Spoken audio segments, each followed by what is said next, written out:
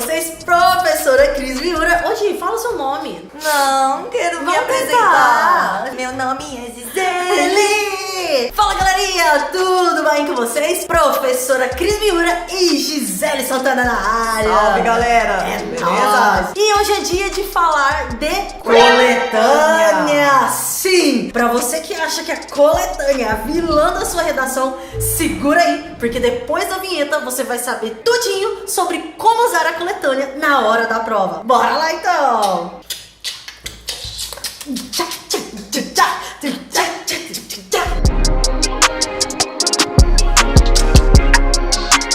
Pessoal, pra gente começar no dia de hoje, olha lá então a coletânea do Enem 2017. Gi, quando a gente tá falando de coletânea, quais são os pontos principais que a gente precisa olhar, por exemplo, pra coletânea de redação da prova do Enem? Principalmente a coletânea do Enem, ela é dividida em 3 grandes pontos. A banca coloca num título bem grande ali, ó, instruções para redação. Quando a gente já treina pro Enem, geralmente a gente passa batido e nem lê aquilo, mas nós temos que pensar o seguinte, que se ela nos instruiu, é bom a gente ver essa principal orientação para a prova. E que isso muda de acordo com o vestibular. Exatamente. Isso é importante, gente. Exatamente. Essas instruções, elas vão modificar de acordo com o vestibular. É óbvio que se a gente for lá, por exemplo, o aspecto mínimo de escrita, né, como 7 linhas para o candidato, é claro que a gente não vai pensar em um número menor de linhas para outras provas. Mas a princípio esse enunciado, o comando, né, ele é diferente para cada uma das provas. E é importante você entender o seguinte, ele não tá falando para você escrever em 7 linhas, e ele favor. não está te fomentando a escrever em 7 linhas. Ele só tá falando, ó, com 7, se você escrever até 7 linhas, a sua redação será zerada. Exatamente. Então, é só pra te deixar um recado, né? Pra falar... o Enem falou pra escrever em 7, tá tudo bem. Vou escrever em 8. Senta lá, Cláudia. Cláudia, senta lá. Aí nós vamos ter a parte dos textos motivadores, ou também chamada de coletânea de textos. O Enem, ele geralmente coloca nas suas coletâneas textos jornalísticos, infográficos, campanhas governamentais. Então nós sempre vamos ter a parte escrita e a parte visual. Exatamente. Então a parte imagética, a coletânea do Enem também traz aí para nós. É interessante você fazer a leitura de cada um desses textos. Há alguns anos o Enem vem trazendo sempre nos textos fonte, aí nos textos motivadores, um aspecto legal. Ou um normativo, que seja a Constituição Federal, que seja uma base normativa. Para mostrar para vocês que aquele tema, ele tem um fundo legislativo, ou ele coloca uma lei, ou ele coloca de acordo com a lei, número Exatamente. tal, para mostrar para você que aquele problema que ele está apresentando na coletânea, ele de fato já existe uma lei para ele, Um embasamento legal para que ele possa trabalhar. Empolgante. E uma outra parte importantíssima, né, de recorte temático. Por que essa parte ela é fundamental na hora da elaboração do projeto de texto, por exemplo? O recorte, ele é Sua vida. o tema, ele é tudo, ele é sua vida ali exatamente. na redação. Ele vai trazer para você as palavras-chave específicas que você vai ter que trabalhar no seu texto. Tem um grande assunto que ele permeia os textos da coletânea, mas o direcionamento que a banca vai trazer tá ali no recorte temático, tem que se atentar a ele. E assim, olhar muito para esses termos chaves, para que eles estejam na sua introdução. Fechou? Vamos para aquela pergunta que todo mundo faz. Gi, posso usar ou não os dados da coletânea? Vamos lá.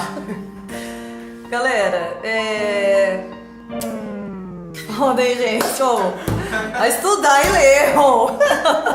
Uso ou não uso, pode ou não pode. O que a gente sempre se baseia é o que a grade nos traz, o que o edital nos traz. O edital nos diz o seguinte: se o texto se baseou somente nos textos motivadores, ele não vai alcançar as notas mais altas. Lógico. Não significa que você vai zerar, porque para zerar tem os aspectos específicos. Mas se você tá ali tentando uma vaga num curso que é extremamente concorrido, Exatamente. por que você usaria dados da coletânea? E justamente por isso, um outro aspecto importantíssimo é, você tem um próprio repertório. A gente vai falar um pouquinho disso. Se você tem, cara, pra que ficar indo na coletânea? Não, você não vai. Ai, mas eu vi uma redação nota 1000 que Tinha. E eu quero fazer igual. Eu tenho certeza que a redação nota 1000 não tinha só o dado da coletânea. Ela estava embutida em algum repertório que o candidato trouxe. Aí nós estamos falando de um outro aspecto. E é outra aula, e é outra videoaula. Então, cara, o que a gente recomenda, Gi? Evite, assim, absurdamente a se apropriar de repertórios que já estejam ou que tenham sido mencionados na coletânea.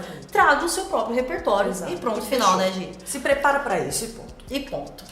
Ok. E aí, qual que é a outra pergunta que vem, Gi? Bom, se eu não posso usar a coletânea, e se eu não souber nada sobre o tema?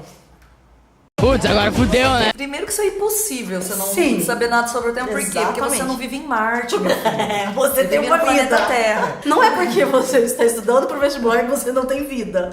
Sempre você vai conseguir associar aquele assunto, um outro assunto, né, Cris? Que vai trazer ali Uma conexão direta com o recorte, né? Então você fique tranquilo, porque não saber nada é muito difícil. E o que você faz a partir da leitura, né, Gi? É uma leitura de coletânea direcionada. Então olha aqui pra tela, ó. Essas anotações ao redor da coletânea que a gente trabalhou, de fato, é muito próximo do que você vai fazer no dia da prova. Porque tudo que vier à sua mente a partir da leitura dos textos motivadores, você vai começar a anotar ao lado de cada um dos textos. E depois de, como você já bem disse, escolher. Exatamente. Galera, e a última parte sobre coletânea? Gi, esta pergunta, ela vem direto. Professoras, eu posso inventar dados para pôr na minha redação?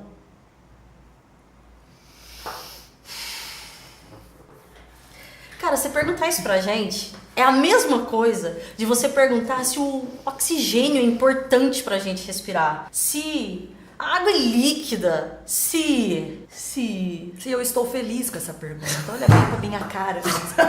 Se eu derrubo essa mesa.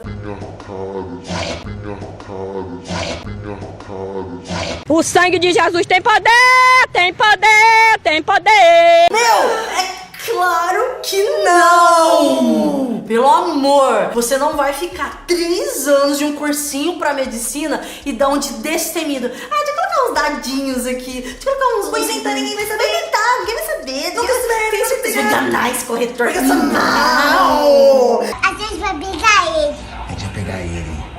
Por quê? porque ele é mau. E a gente? É mau também.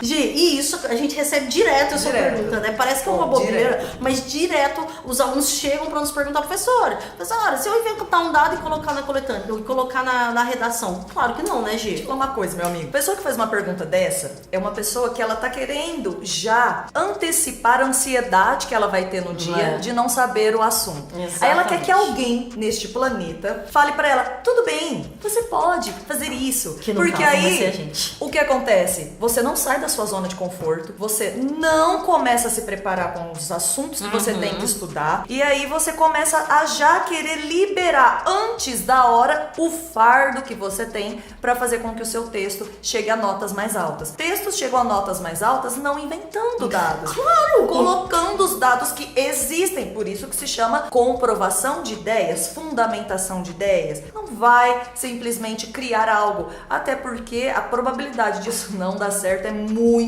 maior. Você E o perdeu uma risco, chance. exatamente, o risco que você corre. Então, ó, se você tem dúvidas ainda com relação a repertório, cara, assista essa aula aqui, que a gente fala única e exclusivamente de como aumentar e estudar para repertório de redação, belezeira? Legal. Bem louco. Galerinha, foi isso. E se você agora quer largar essa vida de querer inventar repertório, cara, aqui embaixo você consegue baixar um e-book por áreas contendo vários repertórios. Gente, a gente tem um coração do tamanho do mundo. Então, ó, vai agora aqui embaixo, baixe esse e-book e depois você vai fazer o quê? Inscrever-se no canal, deixar o seu like e ativar O sininho. Sininho. E ativar o sininho. Afinal, aqui na Pontui Redação é na prática. Até a próxima. Tchau. Sempre falo tchau.